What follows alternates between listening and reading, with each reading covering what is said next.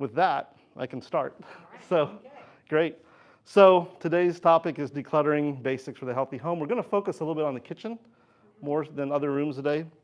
But this is, I think this is a bathroom for reference in case anyone didn't recognize that. But this is how people fantasize their homes being. Modest, yes. Straight out of Dwell magazine or Architectural Digest. But this is probably the reality. Right. That's what almost everyone's home looks like, right? It's full of a lot of stuff, not very well organized, and this dwell scene is like a fantasy.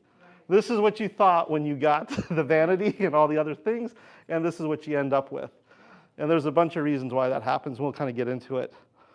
So what is clutter and what do we need to declutter? So this is another example of a garage that's cluttered. And the interesting thing is clutter is defined as an untidy mass. And we've seen a couple of untidy masses, the garage and then of course the bathroom counter. The interesting thing is that the word clutter did not become very prevalent in common parlance in the US until relatively recently. And if you look at that graph, which is a little faint, but for those on video who may not be able to see it or in the room, it kind of starts taking off after the 1950s and really peaks around right before pandemic. Anyone have any ideas as to why clutter becomes a more prevalent term in that time frame? More consumer-oriented, more stuff. Yeah. You know, because if you go into older houses like 1920, whatever, they have like the teeniest closets, the teeniest space. I said, did people wear clothes? I just didn't have much stuff. I didn't have stuff.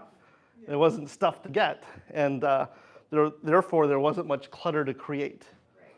So this is really a product of modern consumerism, for good or bad. You know, I'm not judging it from that perspective, but really this is a function of access to a tremendous amount of stuff and markets, and the cost of those things actually being more accessible.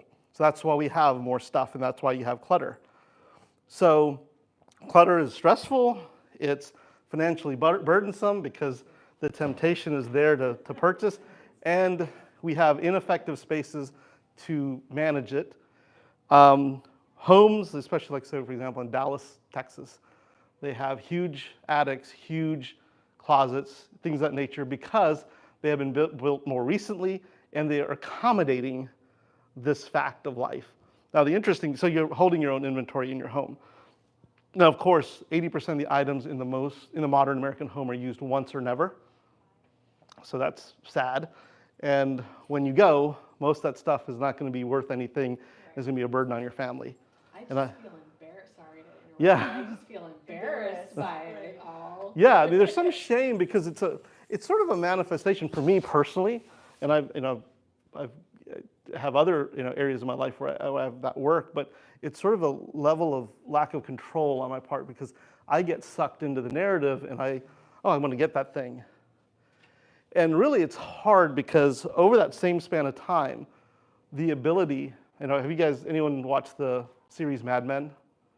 It's the ad, New York, Madison Avenue advertising guys who became really sophisticated in the 1950s and the 60s. So advertising became very sophisticated in that period. Before then, it was, let's just say, unsophisticated in general. And then now you have algorithms, right? So it's uber sophisticated. It really is hacking the mind, if you will, in terms of what drives purchasing behavior. So we are having to resist all these temptations that are optimized to really grab us and get us to do what these things want us to do. Typically the companies that are running these ad campaigns and algorithms. And now these are not just broadcast ads. Like in the 50s, you had broadcast TV, you had billboards, you had print media. This was one message that hopefully resonated with a lot of people, with a mass of people, hence broadcast. Now you have narrowcast, where I'm going to target you. And now with AI, I can get even more sophisticated. I'm going to target you with a specific message to tempt you like never before. So we almost have to be super conscious of that and know how to resist that. Because this notion of clutter, and again, this really took off with the Madison Avenue ability to create longing, need, temptation for business reasons, makes sense. But it's something that now we are victims of in some sense. or that's maybe a negative word for it, but we are exposed to and we have to be mindful of and cautious of. So why does clutter happen? This is a cactus in a rainforest. And there's an interesting quote from Dr. Finucane, and oops, sorry. It says, "We are a cactus in the rainforest." And anyone want to venture to guess what he means by that? It's basically we are drowning in more stuff than we need, just like from a food perspective that happens in this country. We are, as it says, cactus in a rainforest, and specifically it's this notion of the act of purchasing is a dopamine hit. We actually get a thrill, and you get addicted to that thrill. And so you double down on it. And then, just like with any addiction, you become immune to the addictive high to the degree that you need to do more to satisfy the same longing, the same empty element that you're trying to now fill. And this is the notion of we become cacti in a rainforest, meaning we don't need a lot. I think you were mentioning in the 1920s home, you just had small closets. And people lived in wigwams before, right? We don't, as humans, evolutionary, need a lot, but because we're also hardwired evolutionary to consume when we can, when it's possible, we eat sugar, fat, et cetera, salt, when it's available because it's otherwise scarce. When it is present, we are driven to consume. And that dopamine reward cycle really emphasizes that. Welcome. That's okay. So,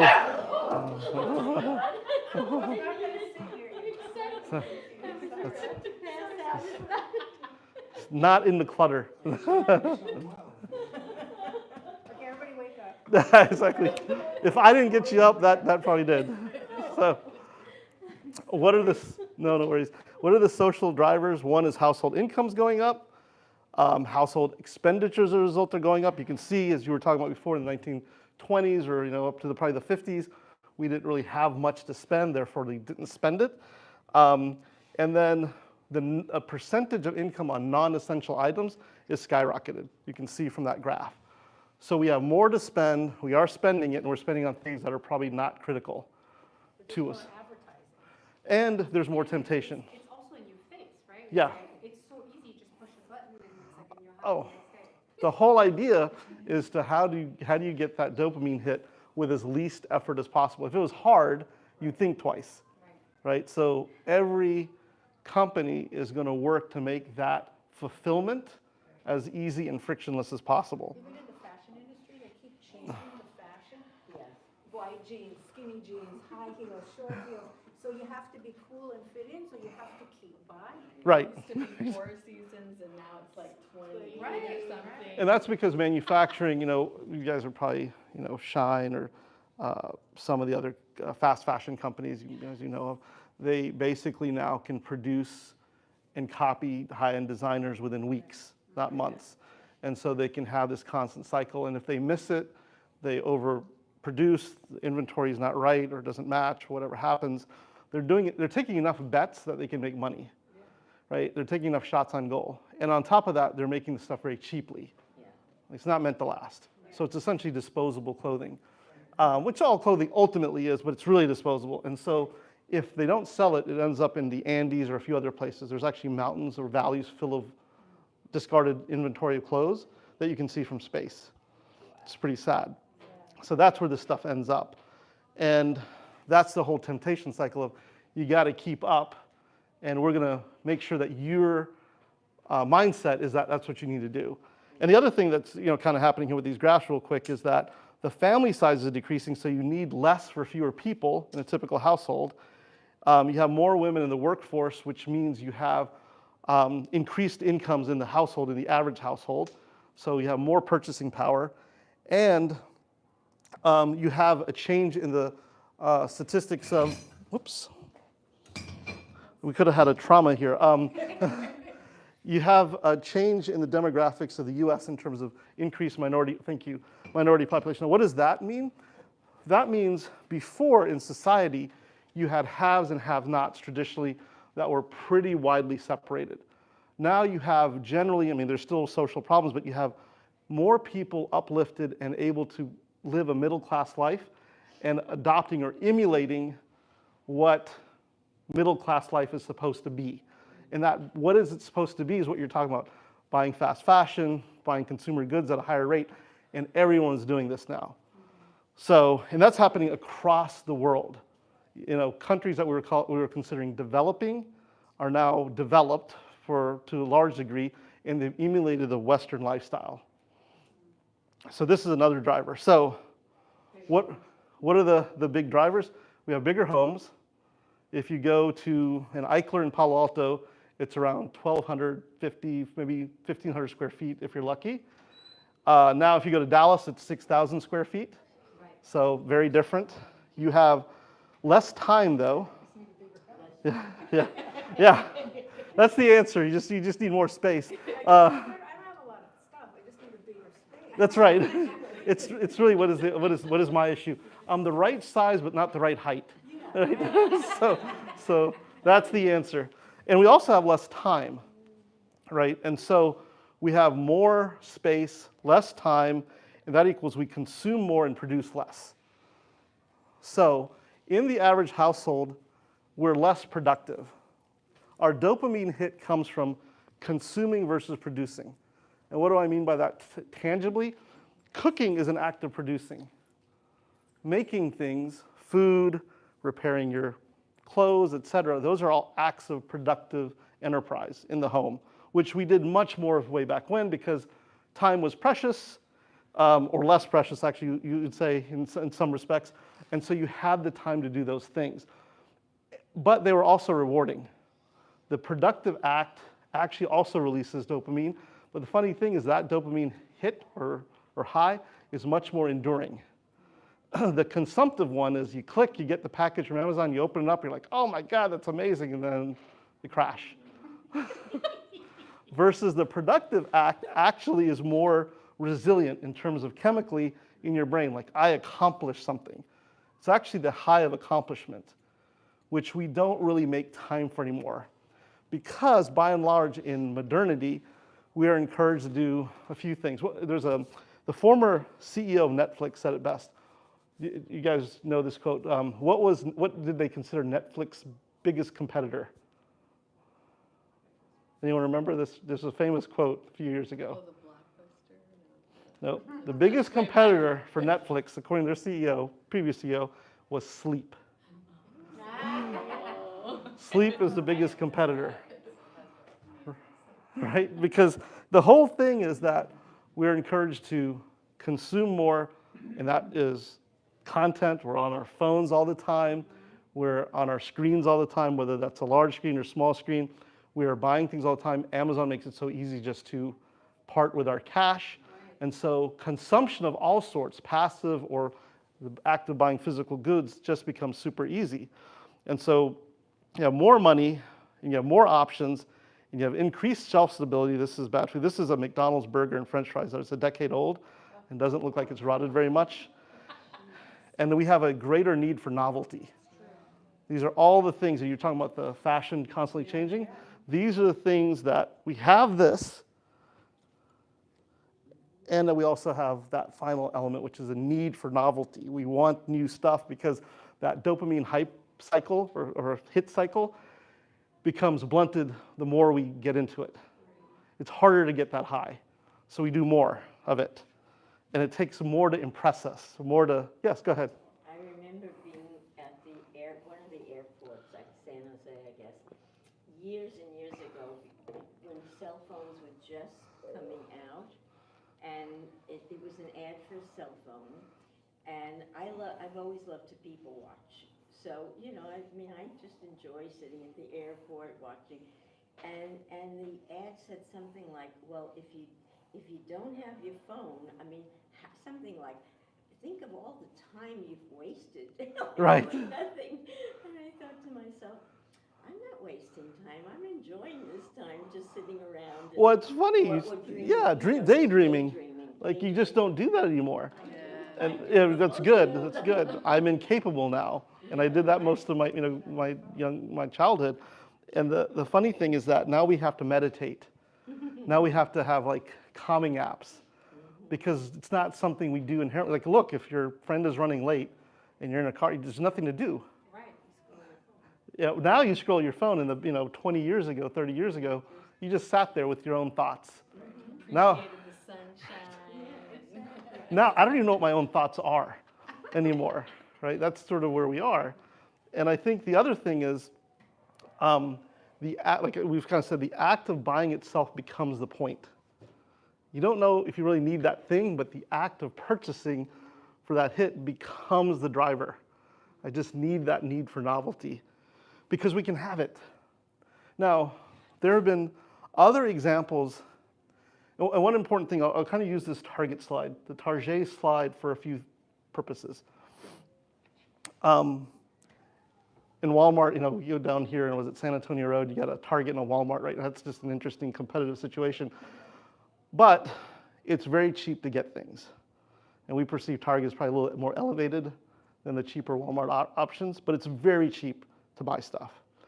Now, there's been a part of our history where when the cost of something falls, it causes overconsumption. Does anyone have any ideas of an example of that?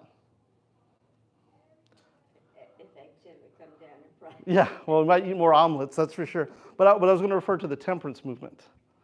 This is the prohibition, essentially. In the late 1800s, what happened? Mid to late 1800s, what you had happen was the proliferation of the railroads.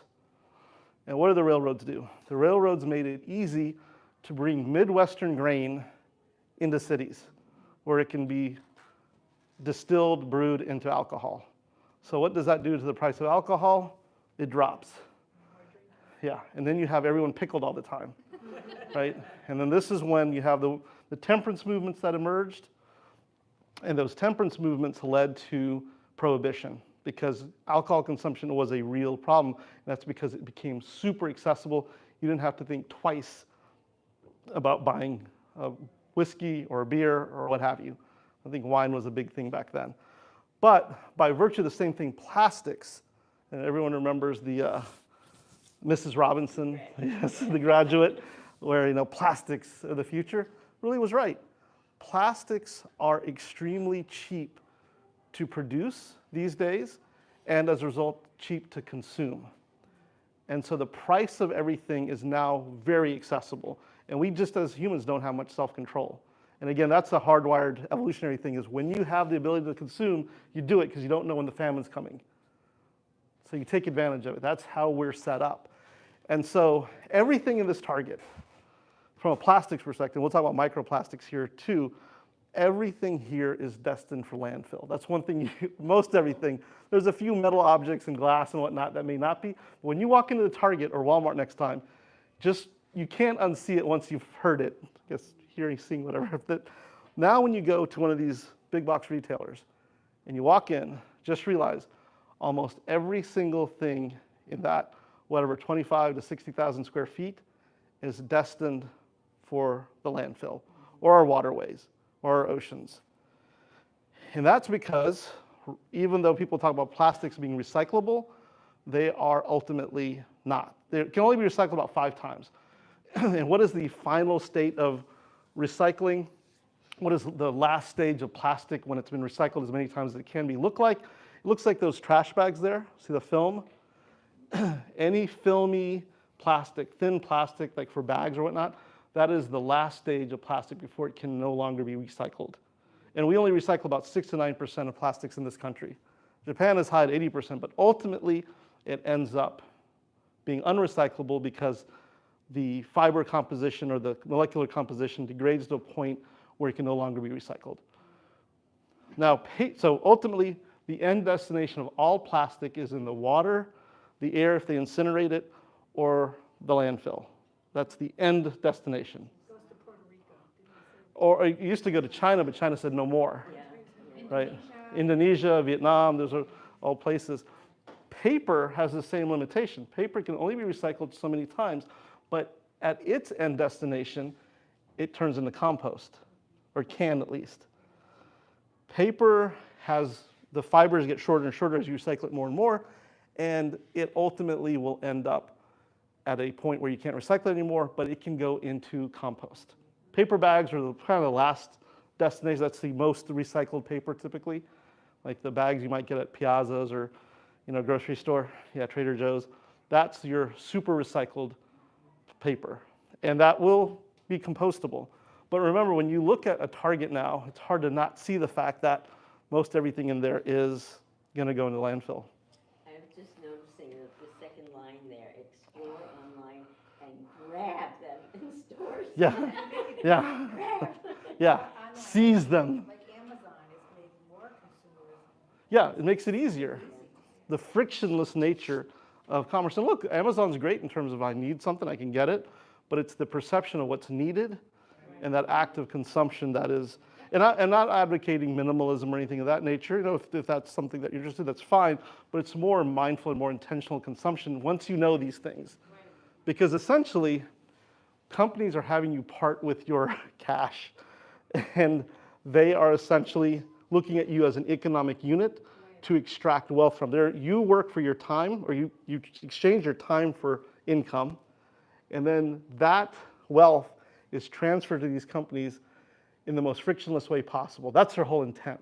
That's fine, that's business, but we have to be conscious of that's what's happening to us. Yeah, sorry, go ahead. And I'm sorry if I'm repeating something that went on before I got here, but did you mention the cash versus credit card? Right. Because that, I don't know if you. Well, I didn't, but the point. It's so much easier to just, pull out your credit card than if cash is real, it's. You feel it. Yeah, You feel it. yeah. And I think, we kind of allude to that here in terms of the money part. The thing is, we're talking about plastics and microplastics, but we should talk about the other kind of plastic, which is credit, right? And plastic, the ability to extend you credit increases the ability for you to contribute to this economic cycle, right? Because if it's just your income, you can't force multiply. Now we're going to actually get you to give future income. If you don't pay off your credit card, if you actually reach into your future earning capacity in exchange for all these goods. So what does this have to do with decluttering? Really, it gets down to, this is why we end up in the decluttered or cluttered space we have to declutter. These are all the drivers. And so, the other thing is this is your typical, say, Safeway, if you live in other parts of the country, Kroger or Publix, grocery store aisle. It looks like the chip aisle, right? And what you notice here is just like we're talking about the algorithm, everything on this shelf is saying, buy me, buy me, buy me, right? And you'll notice there's a lot of like the Lay's chips and whatnot, there's a lot of yellow and red, and that's, where do we also see that? McDonald's. Fast food. McDonald's, Taco Bell, Arby's, this yellow, Dairy Queen, this yellow-red combination somehow speaks to us. And you see that. This is relatively orderly because it's in a store, but it's visually compelling, super addictive, it's self-neglectful. The bag of chips is it's basically a bag of self-loathing. And then it's financially extractive. You can't have just one. And it's not sustainable. None of the packaging for sure is. But you feel like resistance, it's Silicon Valley set to tone here. Resistance is futile, right? That's what it feels like. And so when we bring this into our home, when we bring this into our homes, it turns into this. It's visual cacophony. And so it's now visually stressful, super dysfunctional. I can't find anything. I've worked with people where I found stuff from 2016 this year. I found Halloween candies from 2012, and the husband there still ate them. Right then, I've been looking for these. It's unhealthy, it's financially wasteful, and it's, like it says, environmentally damaging. You can read it just as well as I can. But this is all the things here. Whoops. There we go. Stick with this slide. All the things that we saw in the supermarket aisle that were so tempting when they were brought into our home result in these dysfunctions. And so, but we keep doing it. And this is a little bit over the top, but it's not way over the top in terms of a typical pantry that you might find. So it's not as uncommon as you might think. And look, they've even tried This is the other classic thing we'll talk about a bit more in a moment is, you see all the storage bins? It is a futile effort. There's all these organization tools. It's like, I've got to manage all this. It's not really the stuff. It's how I organize the stuff. That's the problem. I figured it out. I just, Buy more stuff for my stuff. right, I'm going to buy more stuff to organize my stuff. So it doesn't look so awful. So it doesn't look so awful. Or even like I can just get to it, right? But then look, how long did that last? You can't even tell the organizing bins in there. They've been completely consumed, no pun intended. They're just disappeared into the picture. So what are the implications? We have less money, we're stressed out, we have poorer health, we'll talk about that in a second, and we're contributing to mounds and mounds of garbage. Go ahead. Give away all my clothes because I feel like it's going to go there and that's my responsibility is all that. The best way to not do this is to not buy in the first place, right? And this, from a microplastic, PFAS, phthalates, bisphenol, I'll just rattle off a bunch of baddies. Those are in most of the things we consume. Every Coke can, every soup can is lined with BPA, which is bisphenol. Everyone. So if you were to melt away the aluminum in a Coke can, or let's just make it something someone in Palo might drink, a seltzer water can, a Perrier can that is got sparkling water. So if I was to melt away the aluminum, which you can do with some acids, what you'll be left with is a plastic film that's on the inside. And that's because aluminum imparts some metallic taste. So all of these cans are lined with plastic, and the specific kind of plastic is coated with BPA. BPA is a chemical that's in the bisphenol family, which is used to soften plastic, and it is a known endocrine disruptor. So it causes birth defects. The federal government, the FDA, banned it in baby bottles and sippy cups in 2012. But for adults, they're like, you're already probably screwed. So it's totally found at most places. Your paper coffee cup used to be, most coffee cups or tea cups, whatever, disposable cups are white on the inside. That's a historic legacy because the way paper cups used to be made was they make the paper cup and they shoot some kaolin clay. It's a clay that's found in the eastern US. It's found all over the world, but that's where we usually get ours. And the kaolin clay is swirled around in a centrifuge, and it's white. It's a pure white clay. It's almost like porcelain. And it makes the paper cup a little bit water resistant. Meaning, if you got coffee in there for a couple hours, it'll be fine before it seeps through. They replaced that with plastic. So almost all paper cups are also plastic lined, pretty much all of them. And they're white because historically, yes, coating, right? And then anything that's mixed like aluminum and plastic, like say a bag of chips where it has that aluminum on the inside, or paper like a McDonald's wrapper. The slickness, you can kind of feel it's got a little slickness, is essentially these chemicals, these forever chemicals, PFAS. There's like a kind of relatives of Teflon or actually some other substances that are meant to give it some water resistance, some oil resistance. And that all gets absorbed by the food. Now these are all carcinogenic, they are endocrine disruptive, they're not good for us, but we consume them in droves. And now people are saying that we have about a teaspoon of plastic in our brains in middle age. Plastic, microplastics specifically, which are plastics smaller than 5 millimeters, are ubiquitous. You can find them on Everest, you can find them in Marianas Trench, and that's because we produce so many of them, because as the developing world has come online and become the developed world, they've created so much plastic. Plastic production since 2010, or 2000 really has tripled, and it's continuing to grow because everyone's using this stuff in a disposable manner, single use, et cetera. So they throw away forks and knives, they throw away cups, et cetera. And as we talked about before, none of that can be recycled. So what are the implications? This stuff has been tied to birth defects, as I mentioned before, autism. If you have microplastics in your carotid arteries or your arterial plaque in general, you're 60% more likely to have a fatal heart attack. So, because that stuff is a little bit more durable in the plaque. I mean, that's the suspicion. So, there are very tangible implications. Because it's like, what, everyone's doing it. Well, everyone used to smoke too. and everyone had lead paint. And this is the new, we're no better than our ancestors in the sense of, or forefathers in the sense of, we are creating the same environmental catastrophes just for our own era, in our own special secret sauce way. And so the other thing that's a shocker is the average, and I'll get to you in just a second, is the average testosterone level from 1970 to today is 50% lower. So serum blood testosterone levels in the average male in the population is half of that what it was in 1970.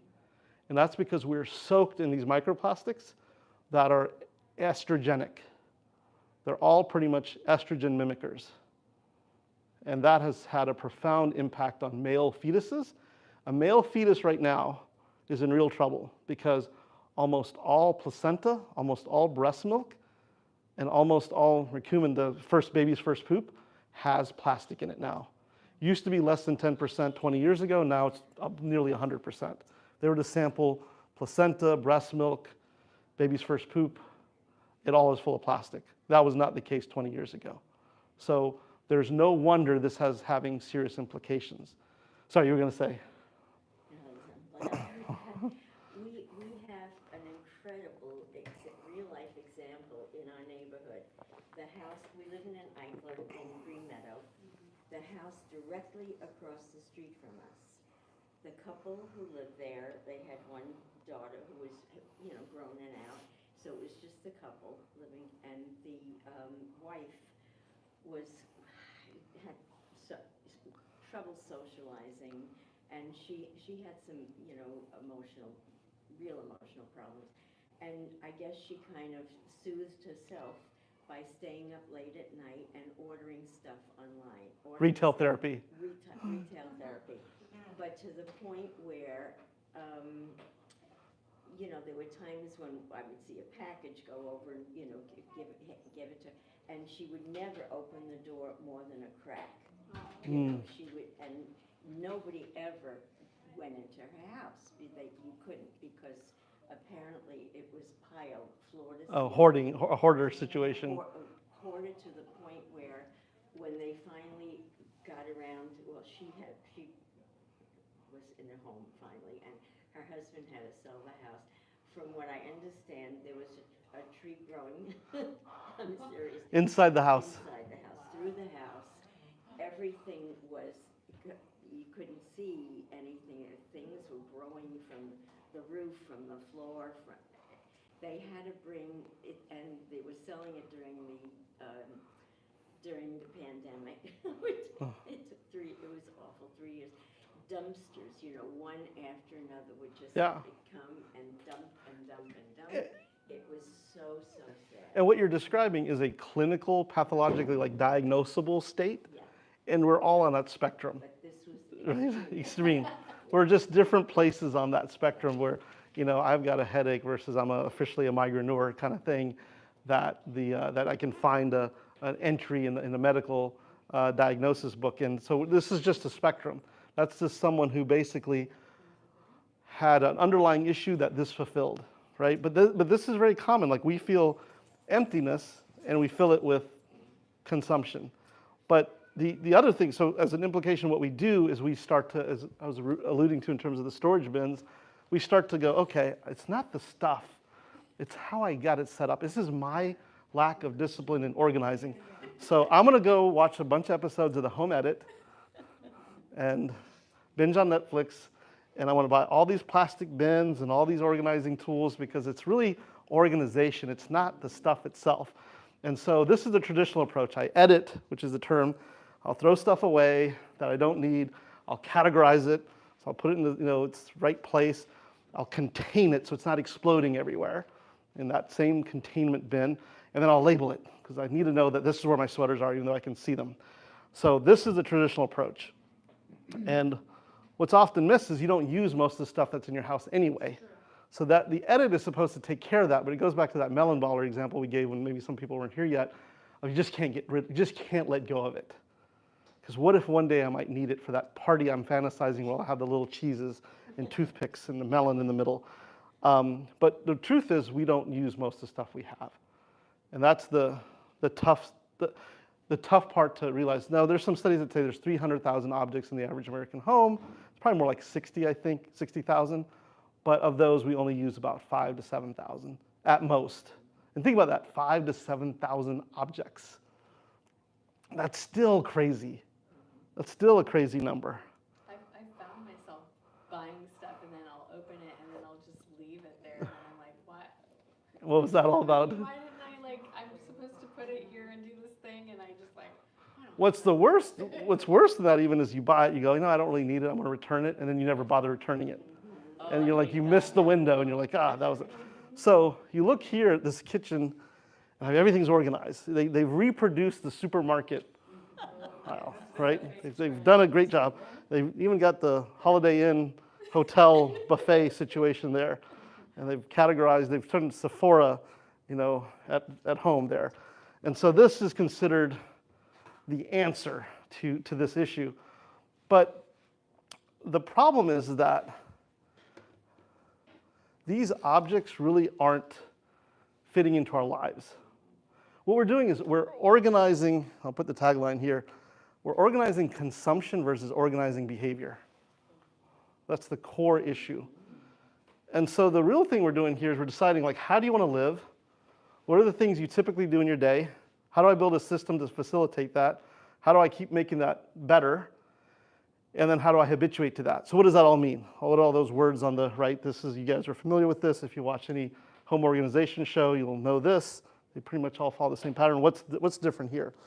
Well, the notion here is that we want to organize our life into repeatable rituals that serve us. Now, rituals could just be shaving, right, in my case. And how do I do that in a way that's healthy, sustainable, financially responsible, environmentally responsible, et cetera? So one of the things you can do is just itemize here are my life goals, right? And we don't have to make this a life coaching session here, but what are those? And then how do I have rituals that serve that? If I want to write a book, I have time when I want to set aside to write versus consume. It's really what happens is we consume because we haven't, back up and say, anyone in the corporate world, if folks have been there, you'll have offsites, you'll have planning meetings, you'll have strategy sessions. What's going to be our next year? What's our next year look like? What's our budgeting process going to be? What's our 5-year plan? What's our roadmap? Well, we never really do that for ourselves. And in the absence of that,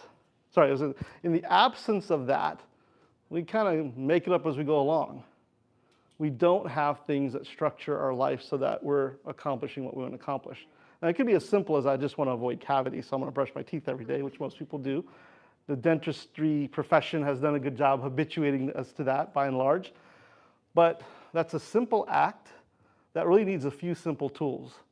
Toothbrush, toothpaste, maybe some floss, well, should have some floss, right? And that's all you need. And people don't typically overdo it. Maybe they'll get an electric toothbrush, which is actually a good idea. Maybe they'll get a flosser or a special kind of this or that, but they really don't go wild there, right? They don't get sucked into a new trend. And it's because it's very clear. I want to keep my teeth healthy, and these are the things I need to get it done. And if you do that with the rest of the things you want to accomplish in a typical day, in a typical month, in a typical year, you will basically go, this is what I need to do my thing, and no more.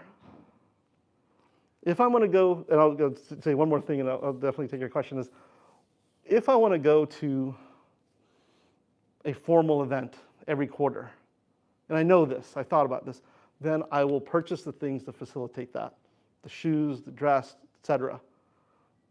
But in the absence of that, I will create that fantasy that someone else is actually creating. What the point is that it's someone else's agenda. When you deal with advertising, someone else is telling you through the movie Inception, this is what your life should look like. I'm going to tell you what your goals should be. And by virtue of that, you're going to now purchase the things I tell you to. As opposed to me saying, this is what I want to do. This is what I consciously know what makes me happy. I've consciously thought about it. And as a result, these are the things I want to do. And these are the things I need to have to accomplish that.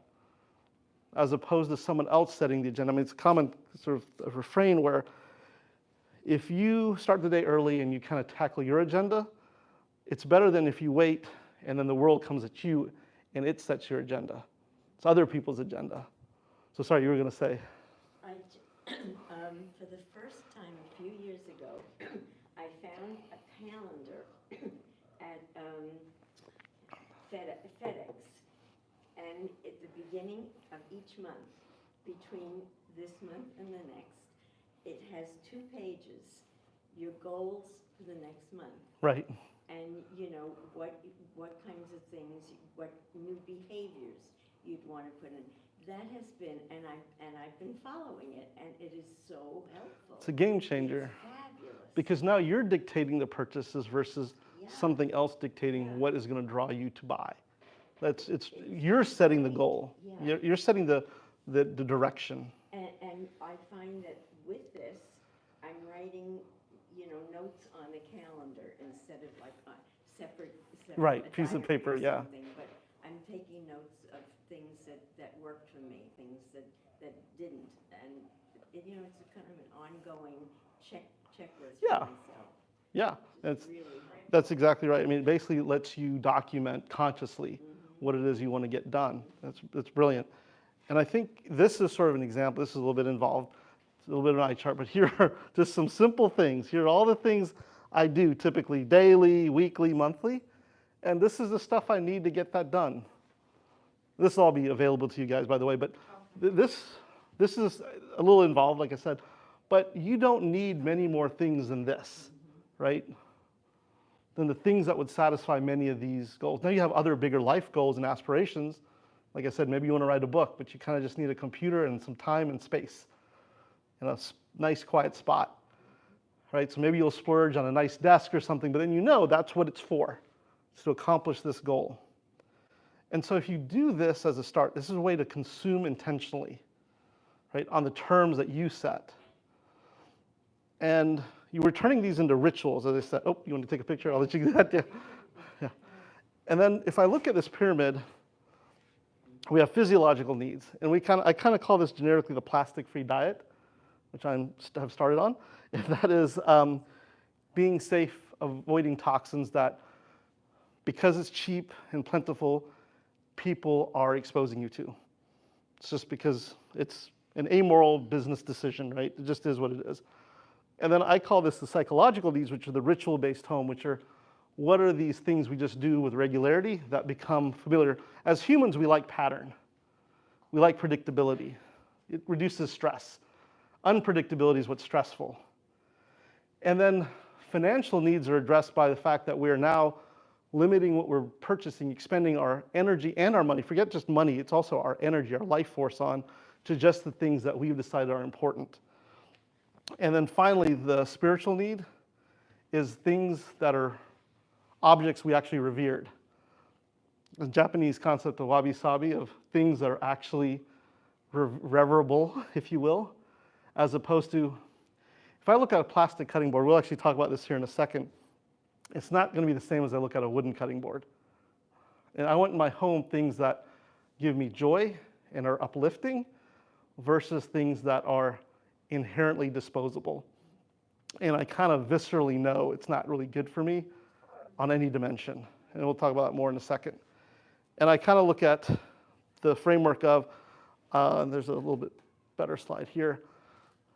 I want to use things that allow me to create, to be productive. Like, for example, simple act of cooking. I want to configure those things in a way that fit into those rituals in a regular way. Life is consumption. We're going to consume. But I want to do it in a way that is meaningful, that's aligned with those rituals which are aligned with my goals. And then I want things I can cherish, that I actually value. There's one thing, I actually grew up in South Carolina, and everyone's family has grandma's cast iron.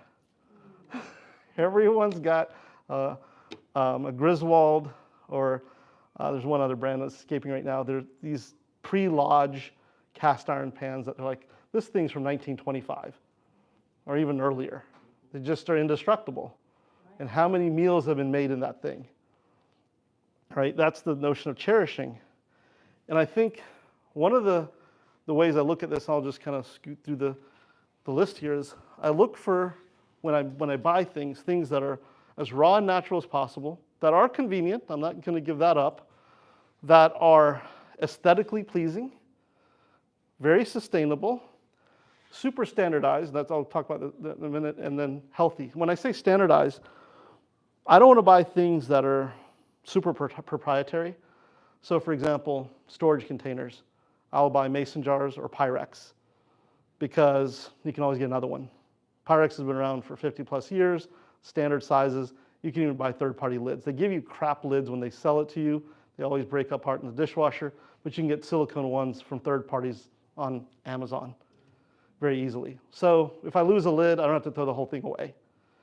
Same thing with mason jars. They're cheap. You can go down to Ace Hardware here and get a pack of like a dozen for nothing.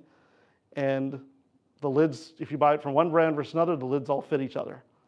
There's no issue. So everyone kind of thinks people have a mason jar fetish, but it's a reason. It's a thing that just works, and it's been around for 150 years for a reason. And they work in the dishwasher. They work in the dishwasher. They work, in the microwave too, as well. And actually, if you don't fill them all the way to the top, in the freezer. There's some, caveats with that, but they generally are very versatile. And Not so destructive, like I've dropped them a few they're not as times, and I'm like, gentle. okay, I'm done with regular glasses because I'm just gonna keep breaking them because that's who I am, and now it's just mason Yeah, they're jars. not fragile. Like, they're meant to take a little bit of a beating. But like, an example is raw tea, raw coffee, using tea infusers, a coffee, manual coffee grinder. The electric ones are fine, but they do tend to break. This one, we have one in a family that I work with that's over 100 years old, still works. Wow. It's the manual coffee grinder. Takes a little bit more time, but not much. Chemex coffee maker, which is a pour over, which is completely sustainable. It adds that ritual effect.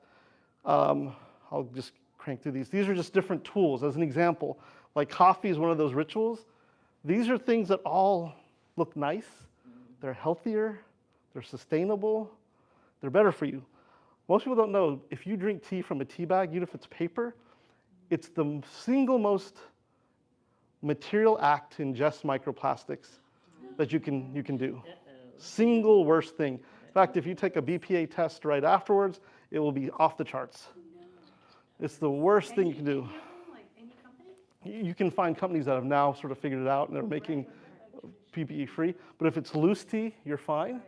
That's why I suggest the infuser.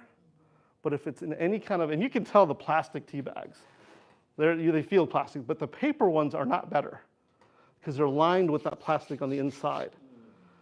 So, and then the coffee pods, the Keurig pods. Keurig has actually decided to move to aluminum, so it's a little bit better. But sticking with this stuff, all of it looks good, all of it's sustainable, it's cherishable. There's an act of creation because you're more involved with the production.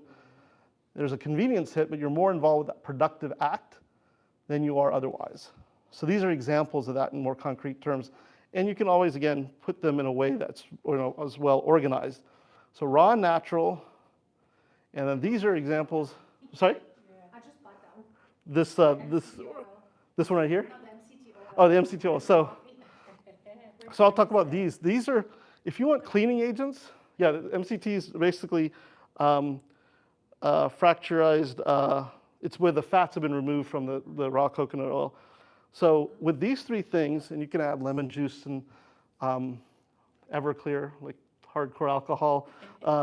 If you add a few things, you can have every cleaning ingredient you need. If you have, like I said, Everclear grain alcohol, it's basically one of your best septics that you can, for disinfecting surfaces. Vinegar, lemon juice, baking soda are excellent cleaning agents. MCT oil, if you want to season cutting boards or cast iron, that's all you need. You can also drink it or eat it. Really? Like, yeah, it's or on your skin. Actually, some people do that. Some people actually use more raw coconut oil as a moisturizer. That and shea butter, and there's a few other options. I know we're talking about kitchen board today, but Good makeup remover. yeah. What does it stand for? So, I forget. It's I should know, but it escapes me. Yeah, it's made from coconut oil. It's a distilled version of coconut oil, where they remove some of the fats so that it does not become rancid. So, but you can't use it on cooking. You can. But I use coconut oil. And that's good. This one's a little lighter, So it's just preference, and it has other properties that people use for other reasons. So a lot of people drink this stuff raw too. I use it in my coffee. It's Yeah. very It has a good Yeah. flavor. It has a little coconutty flavor, slight. It's not as heavy as a traditional coconut. It comes in a bottle, which is. Yeah, which glass bottle. Where do you get this? This you can get right off of Amazon too. Not to push Jeff Bezos' company, but it is convenient. I just be honest. So exactly. Pull it back. But one of the things is on Amazon you can find small companies. So Amazon doesn't get a cut, but I do like to patronize small companies. What, can you throw out a name? Just, Yeah, for example, this one here, which is, I forget the name here, Natural Force, as an example. And then we have a website too that has all these. So I'll give that to you guys at the end here. But, that's the tribalist. yeah. Yep. And then from a convenience perspective, a few things I recommend is just the lazy, I know we're going to be a little bit over time, but hopefully we can stick around. I'm almost there. Lazy Susans, I use the glass ones in the fridge because one of the biggest issues is just access to stuff that gets in the back.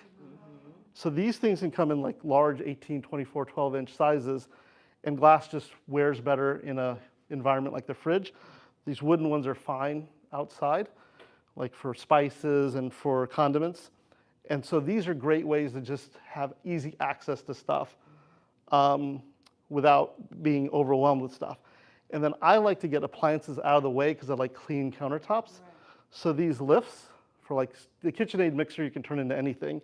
So this is great to lift it up and out because one of the things of friction is this, thing's heavy.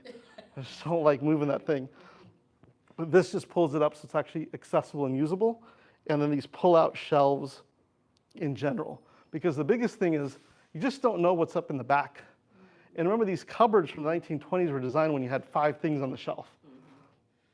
And we want to reduce those things, but we're also realistic that we're going to have more than we had back then. Even if we don't want to be that pantry we showed earlier, we're going to have more than the 5 mason jars that people had 100 years ago.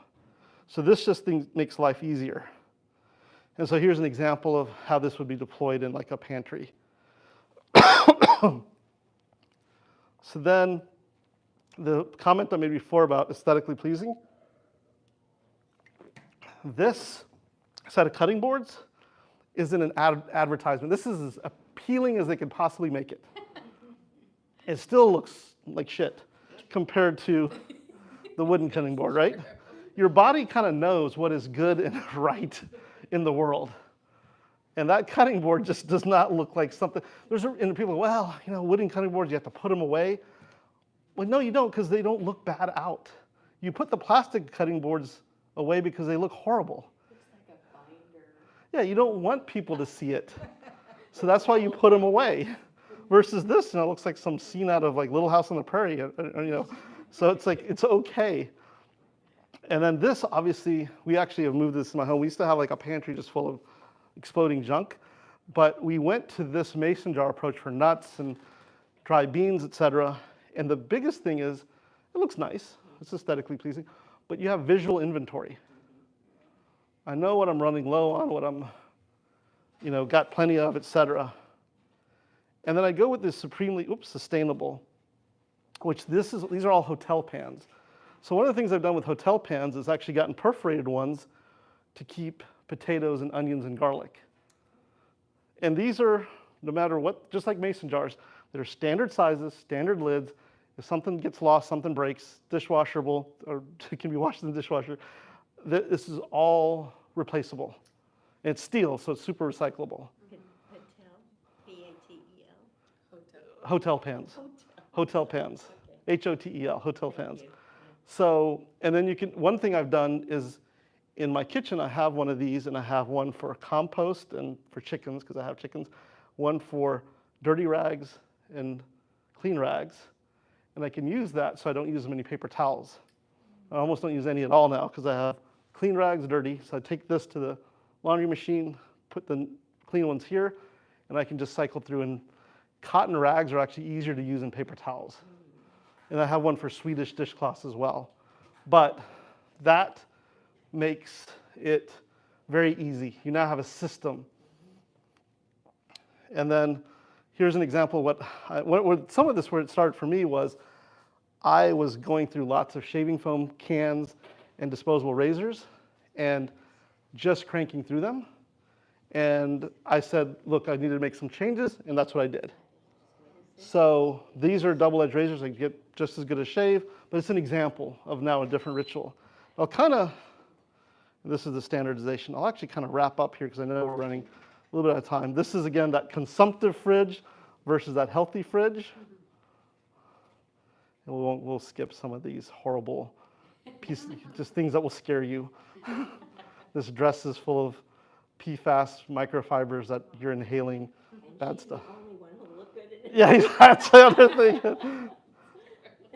So I'll make this all available to you guys, but I wanted to kind of just touch upon one of the things that we do, Tribalists, you can take a picture of your kitchen, you can send it to us.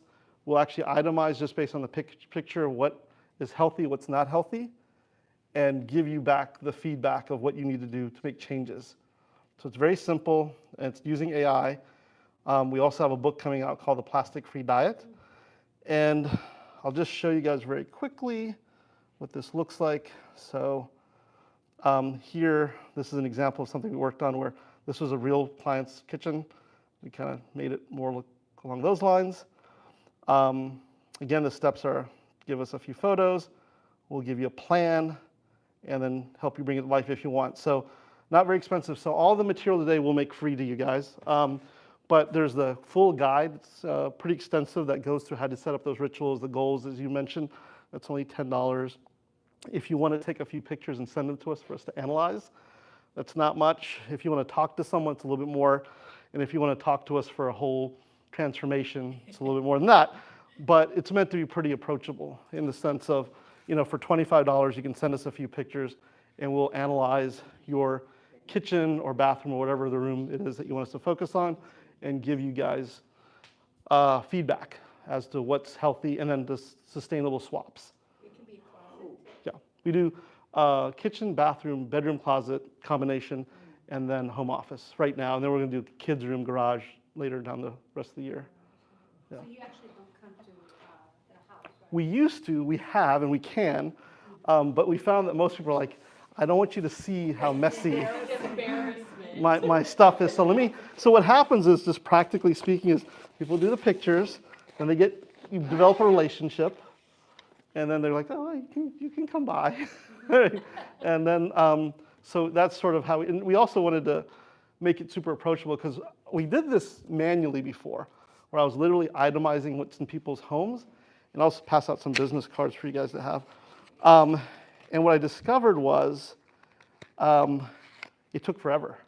There were literally hundreds of things in the average kitchen. And so then I said, well, how am I going to figure this out? So then I moved to AI that could do this visually.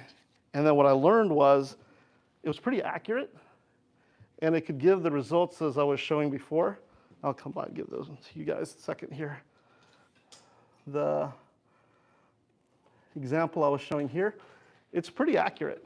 Sorry. I can do it for you. Okay, great, thank you. It's it can actually take a picture, with a picture, tell me everything that's on each shelf and what are the alternatives that are better. So, and then that guidebook I alluded to before has that, the calendar you're alluding to, essentially the ritual setup and things of that nature. Yeah. Yeah, sure, go ahead. I just got to show everybody one thing that I picked up from, this Thank you. was a swap root at the, I don't know if